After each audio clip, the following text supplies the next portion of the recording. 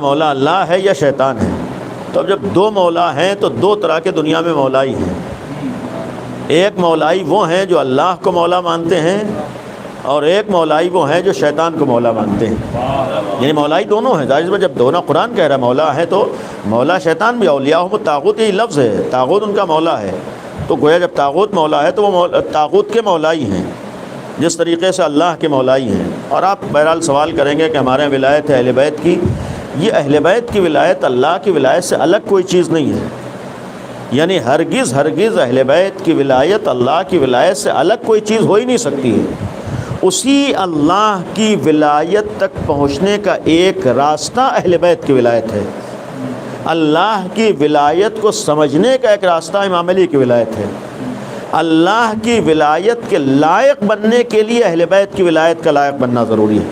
یعنی الگ نہیں ہے۔ یہ بعض لوگ سمجھتے ہیں کہ وہ ایک ولایت ہے، نہیں، اسی ولایت کا ایک پرتو ہے، اسی ولایت کا ایک نمونہ ہمارے سامنے ہے۔ اہل بیت کی ولایت در حقیقت اللہ کی ولایت ہے۔ اسی لیے ہمارے یہاں کہتے ہیں جس نے امام علی کو مولا مانا اس نے اللہ کو مولا مانا ہے۔ اگر الگ الگ تصور ہوتا تو یہ ہمارے یہاں قانون نہ ہوتا، یہ عقیدہ نہ ہوتا ہے۔ یعنی امام علی اللہ سے ہٹ کے نہیں ہے، امام علی کی ولایت وہی ہے جو اللہ کی ولایت تک پہنچاتی ہے۔ اور پھر امام علی خود سے مولا نہیں بنے ہیں بلکہ اللہ نے مولا بنایا ہے۔ اسی لیے ہمارا عقیدہ یہ ہے کہ مولا صرف اللہ ہے۔ اللہ کے علاوہ اگر کوئی مولا ہو سکتا ہے تو وہی ہو سکتا ہے جسے اللہ مولا بنا دے۔ تو اللہ نے مولا بنایا ہے اس لیے مولا ہے۔ تو اگر ولایت اللہ نے دی ہے، یہاں پر ایک بات آئی تو دیکھیے ولایتیں ہمارے بہت سی قسمیں ہیں۔ اصل ولایت اللہ کی، اللہ نے بہت سی ولایتیں رکھی ہیں۔ ایک ولایت ہے اہل بیت کی، یعنی پہلی ولایت رسول کی اللہ کے بعد، دوسرے امیر المومنین کی ہے، اور امیر المومنین کی ولایت میں 12 اماموں کی ولایت شامل ہے۔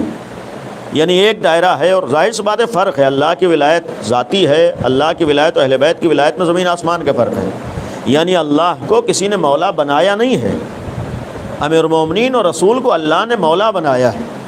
یعنی اس کے معنی ہے کہ اللہ کے پاس جو ولایت ہے وہ اس کی اپنی ذاتی ہے، اور نبی اور اہل بیت کے پاس جو ولایت ہے وہ اللہ کی دی ہوئی ولایت ہے۔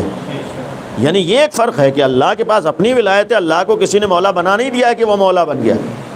نبی اور علی کو اللہ نے مولا بنایا ہے لہذا ولی ہیں۔ تو پہلا فرق یہ، تو اللہ نے جیسے رسول کو ولی بنایا ہے ان کا دائرہ اپنا ہے، امام علی کو مولا بنایا ہے وہ دائرہ ہے۔ ایک اور ولایت ہے، اس ضمن میں بات آئی، ہمارے اطراف میں بھی کچھ ولایتیں ہیں۔ ایک جملہ یقین رکھیے، اللہ کی ولایت کو سمجھنے کے لیے پہلے امام علی کی ولایت کو سمجھنا پڑے گا۔ اور یہ جو ایک حدیث ہے کہ جس نے علی کو مولا نہ مانا اس کی ساری عبادتیں بیکار ہیں، وجہ یہی ہے کہ اصل ہمیں اللہ کی ولایت کو ماننا ہے۔ اللہ کی ولایت اس وقت تک ہو ہی نہیں سکتی ہے جب تک انسان مولا علی کی ولایت تک نہ آ جائے۔ یعنی رسول کو مولا مانے پھر امام علی کو مولا مانے۔ تو اگر امام علی کو مولا ماننا ہے اس لیے تاکہ ہم اللہ کو مولا مان سکیں اور سمجھ سکیں، تو اللہ نے ہمارے اطراف میں بھی کچھ ولایتیں رکھی ہیں۔ انشاءاللہ تفصیلات کسی اور مجلس میں عرض کروں گا۔ پہلی ولایت جو ہمارے اطراف میں ہے وہ باپ کی ولایت ہے۔ آج یہ ولایت ہمارے نظر انداز ہو جاتی ہے، ہم سب نوجوان ہیں، باپ بھی ہمارا ولی ہے۔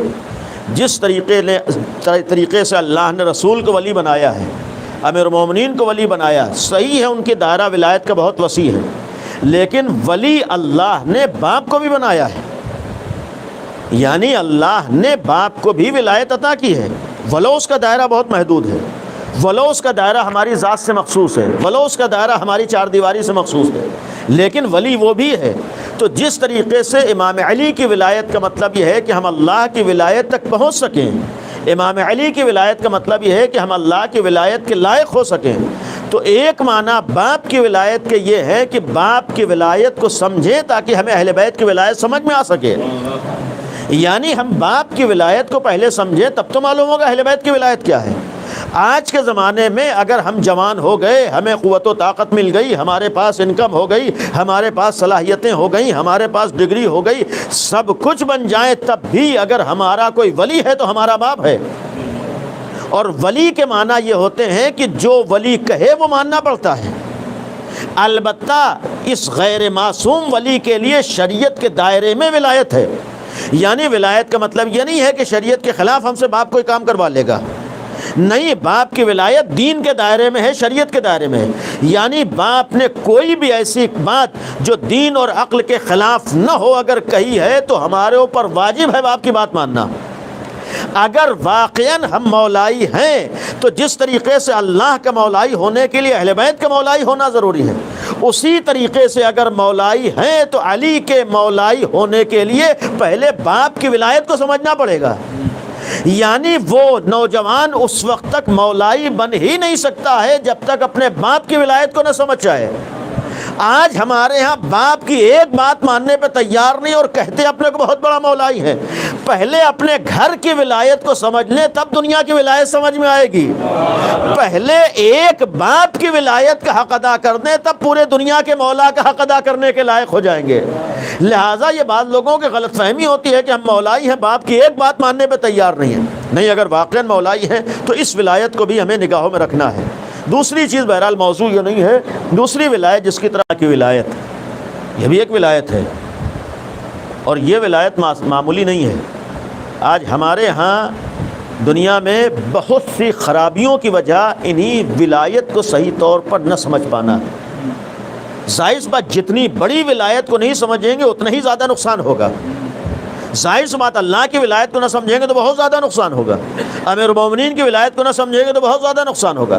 لیکن اگر باپ کی ولایت کو نہ سمجھا تو اس کے بھی نقصانات ہیں، اگر شوہر کی ولایت کو نہ سمجھا تو اس کے بھی نقصانات ہیں۔ بہرحال چونکہ مرد ہوتے ہیں، ہم لوگ خوش ہو جاتے ہیں کہ ہاں عورتوں کی بات ہے، لیکن بہرحال ہماری بھی کچھ ذمہ داریاں ہوتی ہیں۔ اللہ اگر مولا ہے تو اس نے لوگوں سے کچھ مطالبہ کرنے کے ساتھ ساتھ اپنا پہلے حق ادا کیا ہے، اس کی طرف سے کسی کمی کا تصور نہیں ہے، تب اس نے مطالبہ کیا ہے۔ تو اگر شوہر کے ولایت ہے تو پہلے شوہر اپنا حق ادا کرے تب ولایت کا مطالبہ کرے۔ یعنی یہ بھی ایک قابل غور چیز ہے کہ ہماری ایک ذمہ داریاں، مردانگی اس میں نہیں ہے کہ ہم اکڑ رہے ہوں، مردانگی اس میں یہ ہے کہ جو اللہ نے ذمہ داری عائد کی ہے اسے کتنا ادا کر رہے ہیں۔ مردانگی کا مطلب یہ نہیں ہے کہ کسی کو غلام سمجھ رہے ہوں، مردانگی کا مطلب ہے کہ اللہ نے جو ہمارے اوپر ذمہ داریاں عائد کی ہیں اس کو ہم کتنا نبھا رہے ہیں۔ تو یہ بھی ایک ہمارے لیے قابل غور پہلو ہے، یہ بھی ایک ولایت کی قسم ہے، شوہر کی ولایت۔ انشاءاللہ کسی موقع پر اس سلسلے میں تفصیلات عرض کروں گا کہ آج ہمارے ہاں، اس لیے میں نے یہ اشارہ کیا ہے کہ آج افسوسناک پہلو ہمارے ہاں، شاید آپ لوگ بھی آشنا ہوں، بہت سے ایسے آج ہمارے سماج میں افسوس ہوتا ہے، عزاداری جیسا ایک نظام ہونے کے باوجود، اہل بیت جیسے نمونہ عمل ہونے کے باوجود اور ان کی تعلیمات ہونے کے باوجود آج ہمارے یہاں طلاق کتنی آسانی سے ہو رہی ہیں۔ آج شادیاں اتنی آسانی سے نہیں ہو رہی ہیں جتنی آسانی سے طلاق ہو جاتے ہیں۔ ہے بہت سے نمونے، بہرحال کسی حد تک آج سماج کے درمیان ہے، کتنے نمونے ہم جانتے ہیں۔ یعنی آج شادیوں میں سختیاں ہو رہی ہیں، طلاقوں میں آسانیاں ہو رہی ہیں، جبکہ امام روایت ہے چھٹے امام جعفر صادق علیہ السلام، امام نے فرمایا ہے کہ اللہ نے نکاح کو آسان بنایا ہے اور طلاق کو سخت بنایا ہے تاکہ رشتے آسانی سے جڑیں، آسانی سے ٹوٹنے نہ پائیں۔ ہمارے ہاں کیا ہوتا ہے، جڑنا آج مصیبت ہے اور ٹوٹنا، اگر واقعاً ہم اہل بیت کے چاہنے والے ہیں تو ہمیں بعض چیزوں کے اوپر حساس ہونا ہے، بعض چیزوں کو توجہ دینا ہے۔ یعنی ایک خیف ہے کہ اگر ہمارے طلاق کی تعداد بڑھ رہی ہو، افسوس ہے کہ اگر ہم شیعوں کے ہاں طلاق کے نمونے سامنے آ رہے ہیں، اس لیے کہ اگر غیروں کے ہاں رہے ہوں، غیروں کے ہاں کوئی بتانے والا نہیں ہے، غیروں کے ہاں کوئی تعلیمات نہیں ہے، غیروں کے ہاں کوئی آئیڈیل نہیں ہے۔ الحمدللہ ہمارے ہاں نمونہ عمل بھی موجود ہیں، آئیڈیل بھی موجود ہیں، بتانے والے بھی موجود ہیں، تعلیمات بھی موجود ہیں، اور پھر اس سے بڑھ کر ہمارے ہاں عزاداری جیسا ایک بہترین نظام موجود ہے، یہ عزاداری جیسا ایک پیغام پہنچانے کا ذریعہ موجود ہے، اور اس کے بعد بھی اگر ہمارے یہاں ایسے نمونے آئے تو قابل افسوس ہوگا۔ آج ہماری ایک ذمہ داری ہے کہ ہم یہ کوشش کریں کم از کم ہمارے درمیان یہ طلاق کی نوبتیں نہ آنے پائیں، ہم یہ کوشش کریں کہ ہمارے ہاں طلاق شاذ و نادر ہو۔ بہرحال شریعت کے خلاف طلاق نہیں ہے، لیکن ایک ایسی شریعت میں حلال چیز ہے جو اللہ کو سب سے زیادہ ناپسند ہے۔ روایت ہے کہ مبغوض ترین چیز کا نام ہے طلاق، اور جب طلاق روئے زمین پر واقع ہوتی ہے تو یہ اللہ کو ناپسند ہوتا ہے۔ جب اللہ کو ناپسند ہوتا ہے تو امام علی کو بھی ناپسند ہوتا ہے، جناب سیدہ کو بھی ناپسند ہوتا ہے۔ یعنی محبت کا مطلب یہ ہے کہ ہم یہ دیکھنا ہے ان کو کیا پسند ہے۔ جب طلاق انہیں پسند نہیں ہے تو ہمیں کم از کم اس سے بچنا ہے۔ تو یہ بھی ایک ولایت کی قسم تھی، لیکن اس ولایت کو چھوڑتے ہوئے دوسری ولایت جو آج ہمارے یہاں ہے، ولایت طاغوت، شیطان کی ولایت، یہ بھی ایک ولایت ہے۔ یعنی یہ بھی ایک، قرآن کہہ رہا ہے کہ یہ بھی ایک ولایت ہے۔ بعض لوگ اللہ کے مولائی ہیں، بعض لوگ شیطان کے مولائی ہیں۔ شیطان کی ولایت کے معنی کیا ہے؟ یہاں پر دیکھیے، ولایت کے ایک معنی یہ ہوتے ہیں کہ اگر کسی کو مولا مانا ہے تو پھر اس کی بات بھی ماننا ہے. اس کے ایک معنی یہ ہو سکتے ہیں کہ جس کی ہم بات مانیں گویا ہم نے اس کو مولا مانا ہے، جس کی باتوں پہ عمل کریں اسے مولا مانا ہے. سوال یہ ہے کہ شیطان کی کمی کیا تھی؟ شیطان کیوں نکالا گیا ہے؟ صرف ایک کمی تھی کہ اس کے پاس ولایت نہیں تھی. اس کے پاس صرف ایک کمی تھی کہ ولایت نہیں تھی، اسی لیے نکال دیا گیا ہے.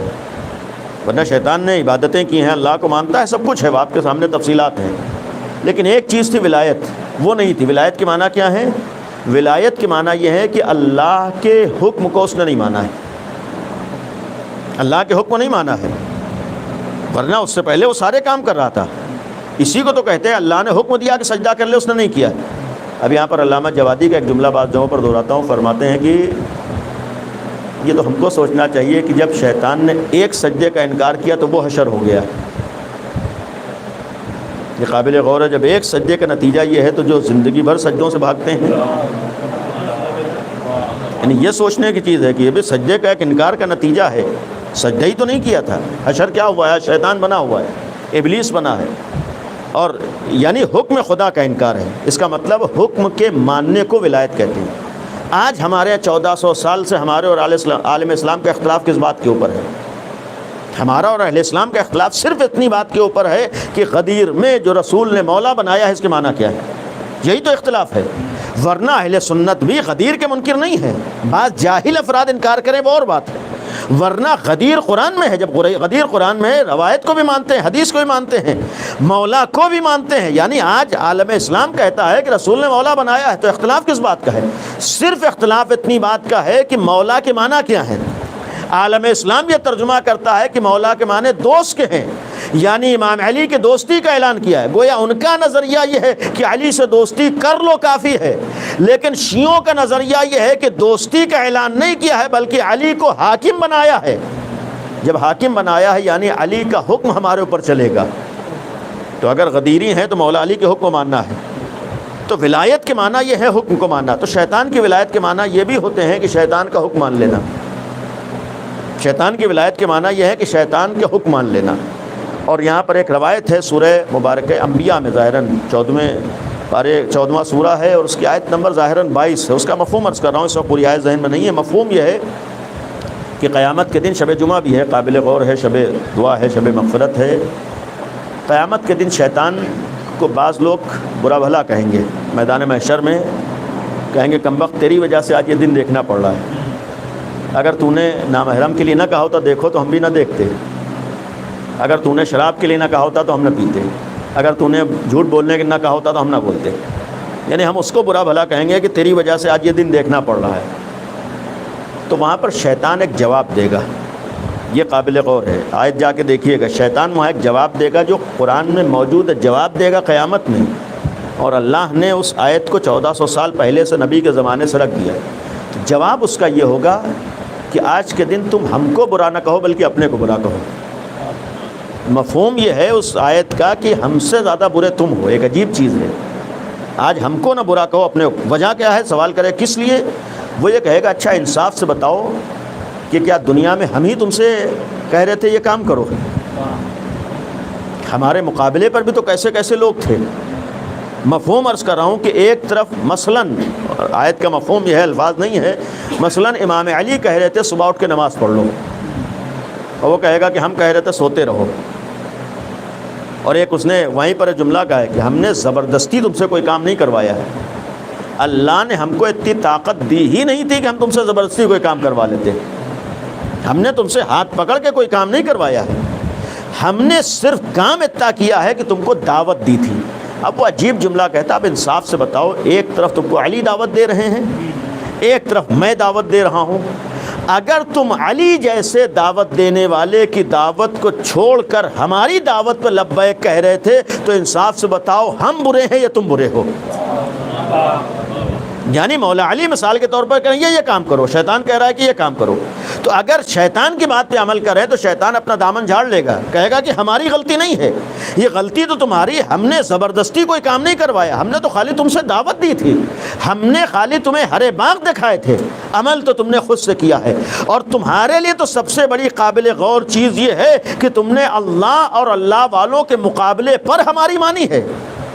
اور عجیب ایک جملہ اسی آیت میں ہے، وہ یہ کہے گا کہ تمہیں اللہ اور اللہ والوں کی باتوں پر یقین بھی تھا اور ہماری کسی بات پر یقین نہیں تھا، اس کے باوجود تم نے علی کی نہیں مانی ہے اور ہماری مان لی ہے۔ ایک صلوات پڑھیں بر محمد وآل محمد۔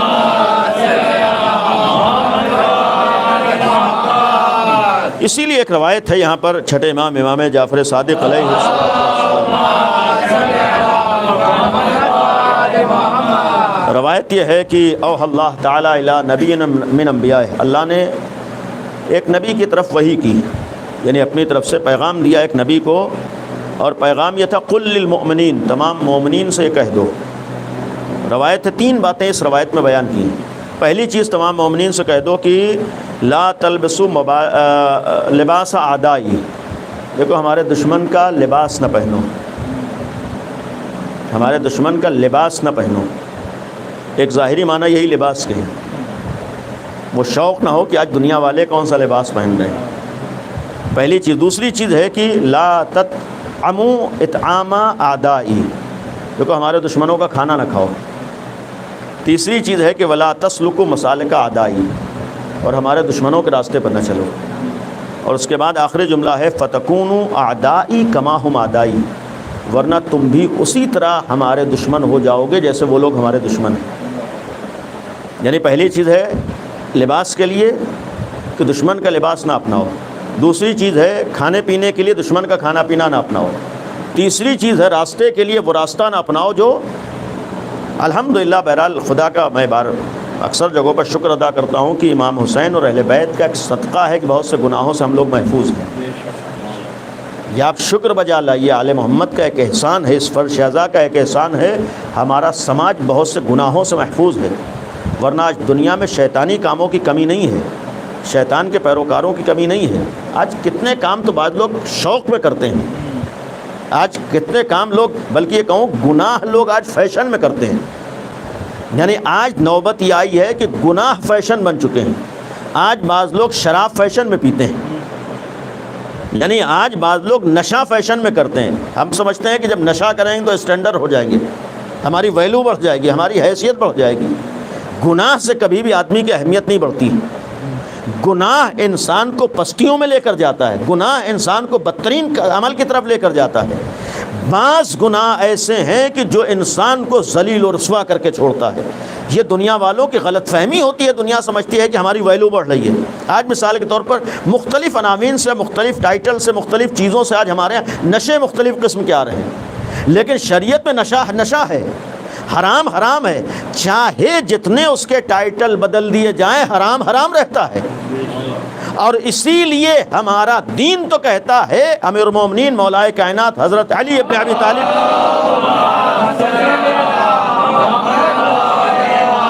علیہ الصلوۃ والسلام کی ایک روایت ہے، لا تستصغرن عدوا وان ضعف، دیکھو کبھی بھی دشمن کو معمولی نہ سمجھو۔ اس کے ایک معنی یہ بھی ہے کہ گناہ کو معمولی نہ سمجھو، گناہ کو معمولی نہ سمجھو۔ آج بعض لوگ سمجھتے ہیں کہ تھوڑا ہی سے تو ہے، اس میں حرج کیا ہے۔ یہی تھوڑا ہی سے آدمی کو بدترین راستے پر لے کر جاتا ہے۔ شروع میں آدمی مسالہ کھاتا ہے، پھر آگے آگے بڑھتا ہے، نوبتیں آتی ہیں، عادی ہو جاتا ہے، پھر چھوڑ نہیں پاتا ہے، پھر اس کے بعد شیطان آسانی سے مسلط ہو سکتا ہے۔ جو چیز ہمیں شیطان کو مسلط کرنے میں کامیابی دلا سکتا ہے، ان سے بھی اپنے کو بچانا چاہیے۔ میں نے کہا خدا کا شکر ہے ہمارے ہاں شراب جیسی بدترین چیز نہیں ہے، خدا کا لاکھ لاکھ شکر ہے کہ شراب جیسی بدترین عادت ہمارے حسینیوں میں نہیں ہے، لیکن ہمیں یہ بھی کوشش کرنا ہے کہ ہمارے ہاں اس کا تصور بھی نہ پایا جاتا ہو۔ اس لیے کہ کربلا میں امام حسین نے یزید کی جو بعض پہچانیں بتائی ہیں، ان میں سے ایک پہچان اس کا شرابی ہونا تھا۔ یعنی امام حسین کے جملے کا ایک مفہوم یہ تھا کہ جس چیز نے یزید کو یزید بنایا ہے، ان میں سے ایک شراب ہے۔ یزید جیسے لوگ آسانی سے یزید نہیں بنتے ہیں، اتنا برا انسان بھی آسانی سے نہیں بنتا ہے، بہت سے غلط کام کرتا ہے تب تیوں میں پہنچتا ہے۔ امام حسین کیا کہہ رہے ہیں؟ شراب ایسا بدترین عمل ہے جو یزید کو یزید بنا دیتا ہے۔ آدمی سوچتا ہے آج کے زمانے میں حرج کیا ہے، بعض لوگ سوچتے ہیں تھوڑی سی پی لینے میں حرج کیا ہے۔ نہیں، شراب شراب ہے، گناہ گناہ ہے، حرام حرام ہے۔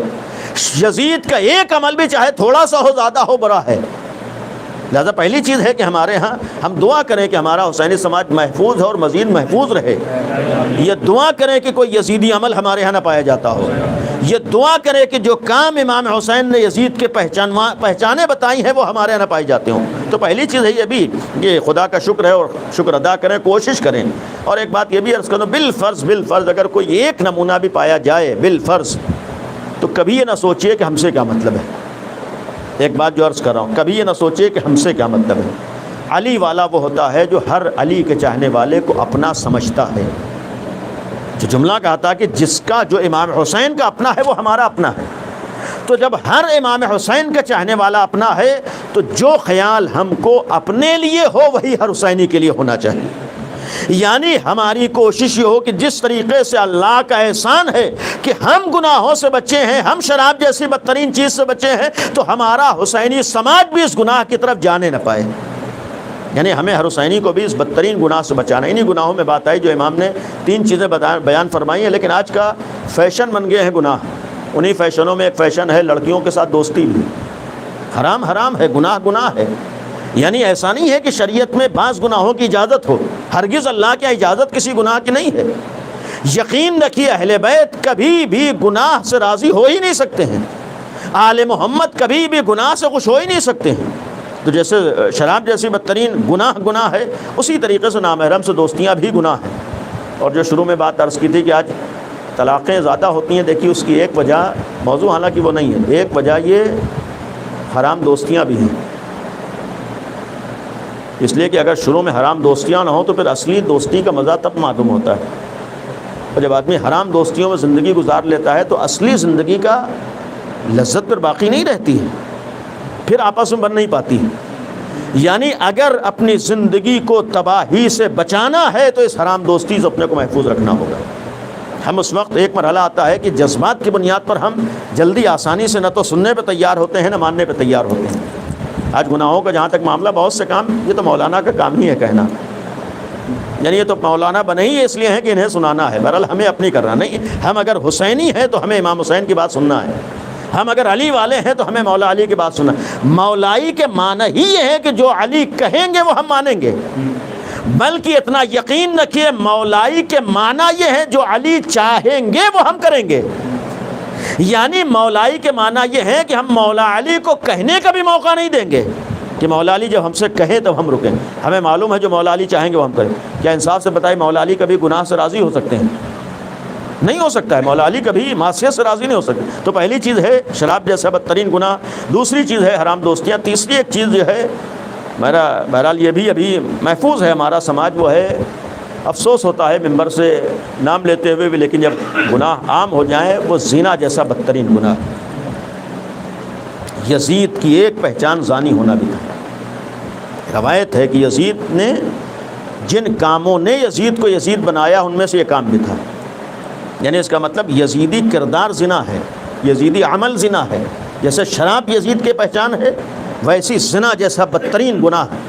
یقین رکھیے بعض گناہ ایسے ہوتے ہیں کہ انسان کی دنیا کو بھی برباد کرتے ہیں، آخرت کو برباد کرتے ہیں۔ بعض گناہوں کا معاملہ انسان اور خدا کے درمیان ہوتا ہے، لیکن بعض گناہوں میں اگر انسان سچے دل سے توبہ نہ کر رہا ہو اور اگر اس کا شکار ہوا ہے اور بارگاہ خداوندی میں معافی اور توبہ سچی نہیں کی ہے تو دنیا میں بھی انسان ذلیل ہوتا ہے، آخرت میں بھی ذلیل ہوتا ہے۔ آخرت میں معمولی رسوائی نہیں ہوتی۔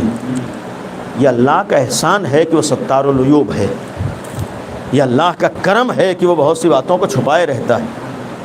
لیکن یہ دعا کیجئے کہ اللہ ستار العیوب ہے، ہمیں اللہ اپنی بارگاہ میں توبہ کی توفیق دے دے، اس لیے کہ یہاں تو وہ ستار العیوب ہے۔ آج ہم آپ کے سامنے بڑی شان سے بیٹھے ہوئے مجلس سر اٹھا کر پڑھ رہے ہیں، لیکن اس عمر تک جو کیا ہے اگر آپ کے سامنے آ جائے تو آپ سلام کرنے پہ تیار نہیں ہوں گے۔ ایک روایت ہے کہ مومن یا اللہ کا احسان بجائے لائے، اس لیے کہ بہرحال معصوم کوئی نہیں ہوتا ہے، اللہ نے گناہوں پر پردے ڈال رکھے ہیں، اللہ کے شکرانے کے طور پر اپنے گناہوں سے توبہ کرو، معصوم کی روایت ہے، ورنہ اگر میدان محشر میں وہ تمہارا پورا کردار سامنے آ گیا تو پھر سوچو کہ پورا محلہ بھی تمہیں دیکھ رہا ہوگا، اہل بیت بھی تمہیں دیکھ رہے ہوں گے، ساری کائنات بھی تمہیں دیکھ رہی ہوگی۔ یہ معمولی چیز نہیں ہے۔ بات بہرحال موضوع یہ نہیں تھا، ہم لوگ امام حسین سے وابستہ ہیں۔ کتنے ایسے واقعات ہیں، پہلا تفصیلات میں نہیں جاؤں گا، آج ہمارے ہاں بہت سے ایسے واقعات ہیں۔ اگر نام حسین پر کسی نے سچے دل سے اللہ سے کچھ کہا ہے تو اللہ نے امام حسین کے صدقے میں اس کی سنا ہے۔ ہو سکتا ہے ہماری زبان میں اثر نہ ہو سکتا ہے ہماری دعائیں اس لائق نہ ہو کہ اللہ تک پہنچ سکیں، ہو سکتا ہے ہمارے کام ایسے نہ ہو کہ اللہ کی بارگاہ میں ہم کچھ کہہ سکیں، لیکن امام حسین اس ذات کا نام ہے کہ جو اللہ کی نگاہ میں بہت لائق ہے۔ اگر ہم امام حسین کو وسیلہ بنا کر اللہ کی بارگاہ میں جاتے ہیں، لائق نہ بھی ہوں تب بھی اللہ حسین ابن علی کے صدقے میں ہماری سن لیتا ہے۔ ہم یہ فرش ازا کو اپنے لیے غنیمت محسوس کریں۔ یہاں جب بھی آئیں، بہرحال دیکھیے میں کسی کے یہ نہیں کہہ رہا ہوں گناہ گار، لیکن معصوم بھی کوئی نہیں، جب بھی آئے پہلی دعا اور تمنا یہ ہو، خدایا بالفرض اگر ہمارے کندھوں پر کسی طریقے کے گناہوں کا بوجھ ہے تو حسین ابن علی کا واسطہ ہے ہمارے گناہوں کو معاف کر دے۔ اور جب بھی آئے اس دعا سے آئے، خدایا بارگاہ حسین میں تو لے تو آیا ہے، لیکن یہاں سے جانے کے بعد ہمیں ہر گناہ سے محفوظ رکھنا تاکہ حسین کی نگاہ میں ہم کسی لائق بنے رہ جائیں۔ یہ ہماری دعا ہونا چاہیے۔ بات آئی تو اس سلسلے میں ایک بات عرض کروں گا، ہمارے ہاں مثلا عزاداری کی فضیلت میں بہت سی حدیثیں بیان ہوتی ہیں جس میں کوئی شک نہیں ہے۔ آج عزاداری کیا ہے جنت واجب ہو جاتی ہے، آج نوحہ پڑھا ہے ہمارے لیے جنتی ہم بن جاتے ہیں، آج مثال کے طور پر آنسو بہاتے ہیں جنتی ہو جاتے ہیں۔ دیکھیے امام حسین کے نام پر جنتی بن جانا بہت آسان ہے، صرف نیت کی شرط ہے، سچے دل کی شرط ہے، لیکن بن جانا تو بہت آسان ہے، یہ باقی رہنا آسان نہیں ہے۔ اللہ بہت سے لوگوں کو فرش ازا پر آ کر اگر سچے دل سے توبہ کرتے ہیں تو انسان کو معاف کر دیتا ہے، سچے دل سے آنسو بہاتے ہیں اللہ گناہوں کو معاف کر دیتا ہے۔ بلکہ ایک جملہ عرض کروں کہ اللہ یہاں آتے ہیں لوگ تو انہیں جنتی بنا دیتا ہے، لیکن بعض لوگ ایسے ہوتے ہیں کہ یہاں سے نکلنے کے بعد پھر اپنے کو جنتی باقی نہیں رکھ پاتے ہیں، اس لیے کہ ملنا کمال نہیں ہے بلکہ اس کا باقی رہنا کمال ہوتا ہے۔ اہل بیت کے صدقے میں ہمیں مل جاتا ہے، لیکن اہل بیت کے صدقے میں ملنے کے بعد ہم کبھی کبھی اپنی کوتاہیوں کی وجہ سے جو چیز ملی ہے اسے ہم اپنے ہاتھوں سے کھو دیتے ہیں۔ تو مقصد یہ ہے کہ آج ہمارے لیے یہ روایت ہے کہ ہم معمولی سے گناہ کو بھی گناہ نہ سمجھیں، معمولی سی لغزش کو بھی اپنے لیے گناہ تصور نہ کریں۔ ایک روایت عرض کرتے ہوئے ختم کرو، صلوات پڑھیں بر محمد و آل محمد۔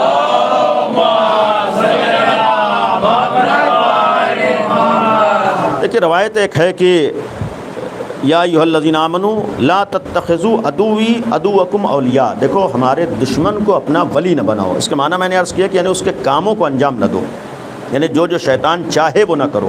اب یہاں پر ایک روایت اور ہے کہ دشمن ہمارے دو طرح کے ہیں، ایک جو دنیا میں دکھائی دے رہے ہیں اور ایک باطنی دشمن ہے۔ صرف ایک دشمن کے سلسلے میں عرض کرنا ہے، بہت سے دشمنوں کی قسمیں روایتوں میں ہیں۔ آج یہ دشمن جو دکھائی دے رہے ہیں، البتہ یہاں پر بھی بعض لوگوں کو غلط فہمی ہوتی ہے کہ ہم لوگ اصلی دشمن کو نہیں پہچان پاتے ہیں، یعنی جو باہری دشمن ہے اس میں بھی اصلی دشمن سے ہم غافل رہ جاتے ہیں۔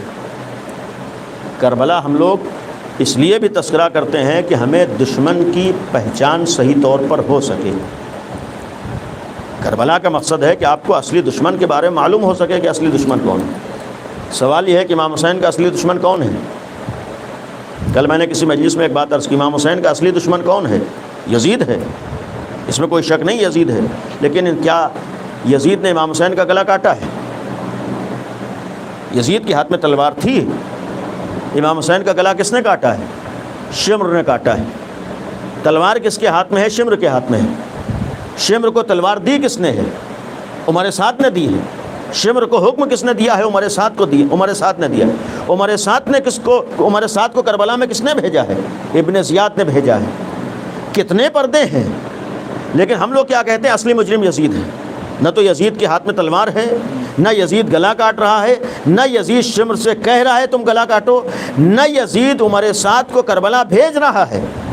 یزید نے تو اپنا نمائندہ کوفے میں بٹھا رکھا ہے ابن زیاد کی شکل میں، بہت سے کام ابن زیاد کے ذریعے سے ہو رہے ہیں۔ اس کا مطلب کبھی کبھی اصلی دشمن سامنے نہیں آتا ہے، کبھی کبھی اصلی دشمن بظاہر حکم بھی نہیں دیتا ہے، لیکن اگر سچے کربلا والے ہیں تو ہمیں اصلی دشمن کی پہچان بھی معلوم ہونا چاہیے۔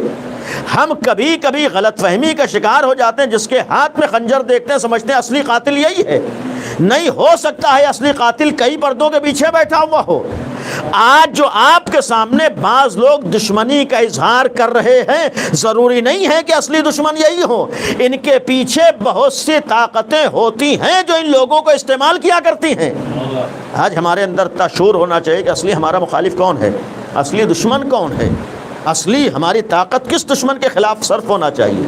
انصاف سے بتائیے، اگر جناب زینب خالی شمر کے خلاف کھڑی ہو جاتی تو پھر یزید کے چہرے سے نقاب کون پلٹتا؟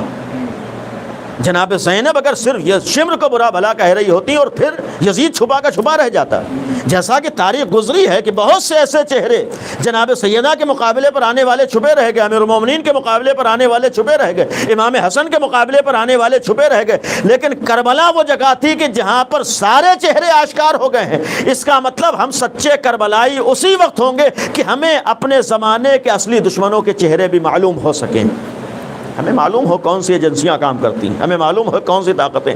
آپ سوچتے ہیں کہ قرآن جلا دیا اصلی مجرم وہی ہے، نہیں، قابل مذمت ہے، قابل لعنت ہے، ہمارے لیے ذمہ داری اس کے دشمن مخالفت کریں، لیکن یہ نہ سوچیے کہ اصلی دشمن وہی ہے، وہ تو دشمن کا اعلی کار ہے جو یہ کام انجام دے رہا ہے، دشمن اصل پیچھے بیٹھا ہوتا ہے۔ یعنی آج ہمیں اتنا معلوم ہو کہ اصلی دشمن کون ہے حق کا۔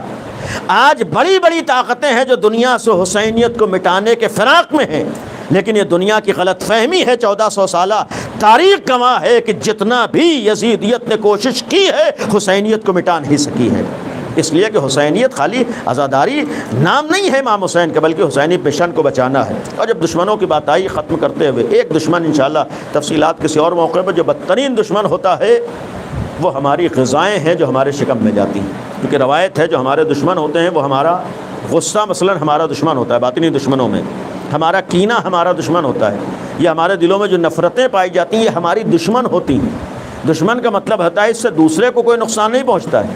یہ جو بعض تعجب سے کہتے ہیں نئے نئے مرض کہاں سے پیدا ہو رہے ہیں، جب دلوں میں کینہ بغض و حسد بیٹھا ہوگا تو پھر مرض اپنے اندر آئیں گے، دوسروں میں نہیں آئیں گے۔ یہ بھی یقین رکھیے، اس طریقے کی بیماریاں کہی گئی ہیں، مرض کہے گئے ہیں، دشمن سے تعبیر کیا گیا ہے۔ انہی باطنی دشمنوں میں سے ایک دشمن امام نے فرمایا وہ غذا ہے جو تمہارے شکم میں جا رہی ہے، وہ کھانے ہیں جو تمہارے شکم میں جا رہے ہیں، یعنی بدترین چیز انسان کو رزق حرام ہے جو نقصان پہنچاتا ہے۔ کربلا میں امام حسین کا بھی جملہ یہی تھا کہ مجھے معلوم ہے کہ میری باتوں کا اثر تم لوگ کیوں نہیں لے رہے ہو، ملئت بطونکم من الحرام، اس لیے کہ تمہارے شکم مارے حرام سے بھرے ہوئے ہیں۔ اس کے معنی یہ ہے کہ انسان کو اگر کوئی چیز متاثر نہیں کرتی ہے تو شکم میں مال حرام ہوتا ہے، لیکن اگر مال حرام نہ ہو، احساس ہو جائے تو پھر آدمی در حسین پر آ کر حر بن جاتا ہے۔ ایک مثال ہمارے یہاں معمولی نہیں ہے، آج کربلا کا مطلب حر جیسے نمونے بھی ہمارے سامنے ہوں، اور اگر حر جیسا شب جمعہ ہے، حر جیسا نمونہ ہے، تو بہرحال میں اپنے لیے ایک جملہ عرض کروں گا کہ مولا حسین کی بارگاہ میں آقا آپ تو اتنے کریم ہیں کہ آپ نے حر جیسے خطا کار کی خطا کو معاف کر دیا ہے، یعنی امام حسین نے معاف کیا ہے۔ یہ جملہ کہا تھا حر جا تو آزاد ہے، کتنا بہترین نام تیری ماں نے تیرا رکھا ہے، انت حر فی الدنیا والآخرہ، تو دنیا میں بھی آزاد ہے آخرت میں بھی، یعنی امام حسین نے حر کی دنیا کی بھی ضمانت لے لی اور آخرت کی بھی ضمانت لے لی۔ دنیا میں کون ہے جو کسی کی دنیا اور آخرت کی ضمانت لے رہا ہو، لیکن یہ آقا حسین ہیں، اور کس کی ضمانت لے رہے ہیں؟ جو ابھی کچھ دیر پہلے تک جہنمی تھا، جس کے اوپر جہنم واجب تھی، لیکن جب سچے دل سے مولا حسین کی بارگاہ میں آ گیا تو مولا حسین نے اس کی دنیا اور آخرت دونوں کی ضمانت لے لی۔ آج جو میں نے کہا کہ ہمیں کہنے کا کہ آقا خطا کار ضرور ہیں، لیکن اتنی خطائیں نہیں ہیں جو حر جیسے خطا کار کی خطائیں تھیں، اور جب آپ حر جیسے گناہ گاروں کے گناہوں کو معاف کر سکتے ہیں تو یقیناً ہمارے جیسے گناہ گاروں کے گناہوں کو بھی معاف کر سکتے ہیں۔ یعنی اب عبداللہ الحسین کی بارگاہ معمولی نہیں ہے، یہ بہترین ہمارے نام حسین موقع ہوتا ہے اپنے کو گناہوں سے بچا لینے کا۔ گناہوں سے معاف کروا لینے کا، اس لیے کہ حسین جیسا ایک ہمیں وسیلہ ملا ہے، آقا حسین جیسی ایک بارگاہ ملی ہے۔ امام حسین کا معاملہ اللہ کی بارگاہ میں یہ ہے کہ امام حسین نے اپنا سب کچھ قربان کیا ہے۔ جب امام حسین نے سب کچھ قربان کیا ہے تو امام حسین کے صدقے میں اگر کسی کی زندگی کے تمام گناہ معاف ہو جائیں تو ہو سکتا ہے ہمارے لیے بڑی چیز ہو، لیکن اللہ کے لیے امام حسین کے مقابلے میں کچھ چیز نہیں ہوتی ہے۔ یعنی یہ نہ سوچیں کہ بڑے بڑے گناہ ہیں کیسے معاف ہو، نہیں، نام حسین پر بڑا گناہ نہیں ہوتا ہے، اس لیے کہ اللہ کی رحمت اس سے بڑی ہوتی ہے، اللہ کی مغفرت اس سے بڑی ہوتی ہے، اور آقا حسین کا کرم بڑا ہوتا ہے۔ جب مولا حسین کا کرم ہے، حر آئے ہیں، اور ایک بات قابل غور ہے تاریخ میں کہ حر نے عاشور سے پہلے تک معمولی جرائم نہیں انجام دیے، امام حسین کے گھوڑے کی لگام کو پکڑا ہے۔ یہ جسارت تھی، جناب عباس کو خیز آ گیا تھا کہ حر کی اتنی ہمت ہے کہ میرے ہوتے ہوئے مولا کی لگام فرس کو پکڑ لے۔ اور پھر امام حسین نے بھی اسی وقت جملہ کہا تھا، حر یہ کیا غضب کرتا ہے، تیری ماں تیرے غم میں بیٹھے۔ لیکن اس وقت حر نے ایک جملہ کہا تھا، مولا حسین اس پوری تاریخ میں اگر آپ کے علاوہ کسی نے یہ جملہ کہا ہوتا تو میں بھی اس کا جواب دیتا، لیکن کیا کروں کہ آپ کی ماں وہ ہے جن کا سوائے احترام کے نام لیا ہی نہیں جا سکتا۔ عزیزو، ایک بات درمیان میں آ گئی کہ یہ امام حسین کا معمولی کرم نہیں ہے۔ حر نے پہلی دفعہ جب مولا حسین نے جملہ کہا تھا، حر کیا غضب کرتا ہے، تیری ماں تیرے غم میں بیٹھے، تو حر نے کہا تھا مولا میں بھی جواب دیتا اگر کسی اور نے کہا ہوتا، لیکن میں کیا کروں، آپ کی ماں کا نام سوائے احترام کے لیا نہیں جا سکتا ہے۔ امام حسین نے جو اس کے اس احترام کا جواب دیا ہے، جس وقت حر آیا ہے مولا حسین نے اسے اٹھا کر گلے سے لگا لیا تھا اور ایک جملہ کہا تھا، حر جا خوش نصیب ہے، کتنا بہترین نام تیری ماں نے تیرا رکھا ہے۔ یعنی امام حسین نے جواب کتنا بہترین دیا ہے۔ اس موقع پر حر نے کہا تھا مولا میں آپ کی ماں کا احترام کرتا ہوں، تو حسین ابن علی بھی کس احترام سے ماں کا نام لے رہے ہیں۔ اور پھر دوسرا موقع جب حر نے آواز دی ہے مولا میری مدد کو آئیے، تو پھر آقا حسین جب پہنچے ہیں تو یہی جملہ اس وقت بھی امام حسین نے فرمایا تھا، حر تو خوش نصیب ہے، کتنا بہترین نام تیری ماں نے تیرا حر رکھا ہے، تو دنیا میں بھی آزاد ہے آخرت میں بھی آزاد ہے۔ یہ معمولی چیز نہیں ہے جس کی خوشخبری امام حسین دے رہے ہیں۔ امام حسین کی بارگاہ میں آیا ہے، آتے ہوئے ایک روایت یہ بھی ہے، کہا تھا مولا میں ہی کربلا میں آنے کا سبب بنا ہوں، لہٰذا میری تمنا یہ ہے کہ مجھے پہلے اجازت دے دیجیے، میری تمنا یہ ہے کہ پہلے میں آپ کے اوپر اپنی جان کا نذرانہ پیش کر دوں۔ اور یہاں پر یہ بھی مشہور ہے، کہا تھا کہ مولا میں یہ چاہتا ہوں کہ میری نگاہوں کے سامنے میرا بیٹا پہلے قربان ہو جائے، میں اپنے بیٹے کی اجازت چاہتا ہوں۔ مولا حسین نے اجازت دی ہے۔ عزیزو، صبح عاشور کا وقت تھا، حر کا بیٹا آیا ہے، اور جس وقت حر کے بیٹے نے آواز دی مولا حسین حر کے بیٹے کے سرانے پہنچے تو امام نے منظر کیا دیکھا کہ حر اپنے بیٹے کے لاشے کو اٹھانا چاہتا ہے۔ ایک دفعہ امام حسین نے پشت پہ ہاتھ رکھ دیا ہے، حر کیا غضب کرتا ہے، کہیں کوئی بوڑھا باپ اپنے جوان بیٹے کے جنازے کو اٹھاتا ہے۔ تو یہ جملہ صبح عاشور مولا حسین حر سے کہہ رہے ہیں، اور عصر عاشور سے پہلے مولا حسین کے لیے امتحان ہے، 18 برس کے جوان کا جنازہ ہے۔ اور عزیزو، حر کو امام حسین نے اجازت دی ہے، حر بھی آئے ہیں۔ ایک روایت یہاں پر عرض کر کے ختم، جناب حر واقعاً آج قابل غور ہے۔ کربلا میں عصر عاشور کے بعد امام سجاد نے 12 محرم کو باعجاز آ کر شہداء کے جنازوں کو دفن کیا، اور یہ یقین رکھیے ہر شہید کے جنازے کو دفن کرنے میں امام کی کوئی نہ کوئی مصلحت ضرور ہے۔ آج حر کے لیے مشہور ہے کہ حر کے قبیلے والے اسے لے گئے کربلا سے باہر دفن ہے، لیکن یہاں پر ایک تصور یہ کہتا ہے کہ ہو سکتا ہے حر کا الگ سے روضہ بننے کی ایک وجہ یہ بھی ہو کہ جب تک کربلا کا نام باقی رہے یہ حسین کے کرم کا نمونہ بھی موجود رہے۔ اگر حر کا روضہ الگ سے نہ ہوتا تو یہ الگ سے امتیاز کیسے معلوم ہوتا؟ اگر سب حر کو بھی تمام شہداء کے ساتھ دفن کر دیا جاتا تو پھر یہ حسین ابن علی کا کرم کیسے پوری دنیا کے سامنے آ رہا ہوتا؟ الگ سے روضے کا ایک مفہوم یہ ہے کہ اگر حسین کے کرم کو دیکھنا ہو، آج آؤ حر کے روضے کی شکل میں دیکھ لو، دنیا سے کوئی بھی زائر اگر حسین ابن علی کی زیارت کے لیے جاتا ہے تو حر کے روضے پر بھی زیارت کے لیے جاتا ہے۔ یہ معمولی کرم نہیں۔ اور ایک بات آئی تو جناب حر کا یہ بھی امام حسین کا ایک کرم تھا۔ دیکھیے اگر آقا حسین کی بارگاہ میں کوئی سر کو جھکا دیتا ہے تو حسین ابن علی اس کے ساتھ سلوک کیا کرتے ہیں۔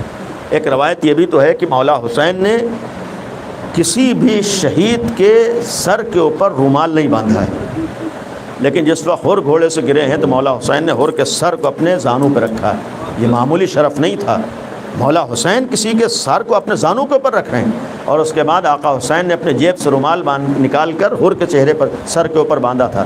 اور پھر یہ بھی واقعہ ہے کہ تقریباً 900 سال پہلے کا واقعہ ہے کہ جس وقت بادشاہ ہے جو کربلا آیا ہے اور اس نے واقعہ سنا تھا، اہل بیت کے چاہنے والا تھا، کہ آقا حسین نے اپنا رومال ہر کی پیشانی پر باندھا تھا، تو اس نے اپنے طور پر یہ سوچا کہ جب مولا حسین کی عطا ہے تو میں اس رومال کو لے لوں۔